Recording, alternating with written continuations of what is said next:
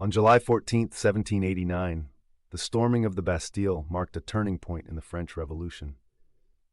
This medieval fortress, a symbol of royal oppression, was raided by revolutionaries seeking gunpowder and political prisoners.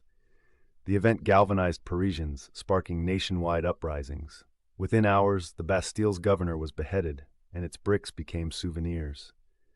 Historians estimate only 7 prisoners were freed, but the psychological impact was immense, proving the people could challenge absolute monarchy. The tricolor flag, later France's emblem, first appeared here. In August 1789, the National Assembly abolished feudalism in what historian Georges Lefebvre called the Night of Patriotic Delirium. Peasants across France burned feudal records listing their obligations, taxes, forced labor, and dues paid to nobles for centuries. Over 40% of France's farmland was reclaimed. The Declaration of the Rights of Man, Article 1, Men are born free and equal, was drafted simultaneously.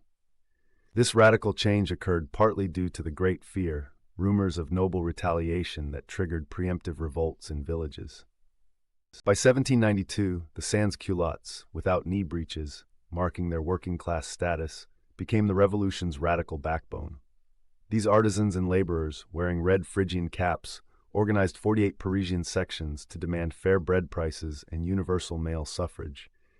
Their 1793 march on the National Convention forced price controls on grain. The sans-culottes' weapon, the pike, was democratized violence. 300,000 were distributed citywide.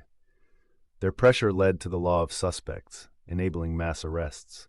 This populist energy later dissipated under Napoleon's centralized rule.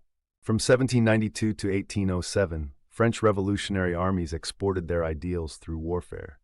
In occupied regions like the Rhineland, they abolished serfdom, secularized church lands, and introduced elected assemblies. The 1799 Helvetic Republic in Switzerland adopted a French-style constitution. However, resistance emerged where reforms were imposed violently. Belgium rebelled against anti-clerical measures. Napoleon later instrumentalized these ideals. His 1806 dissolution of the Holy Roman Empire erased feudal structures in Germany, inadvertently fostering nationalist movements against French domination. The 1804 Napoleonic Code cemented revolutionary principles into law.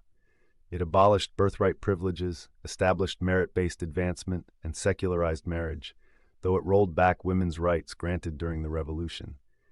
Over 70 legal systems worldwide, from Quebec to Egypt, later adapted its framework.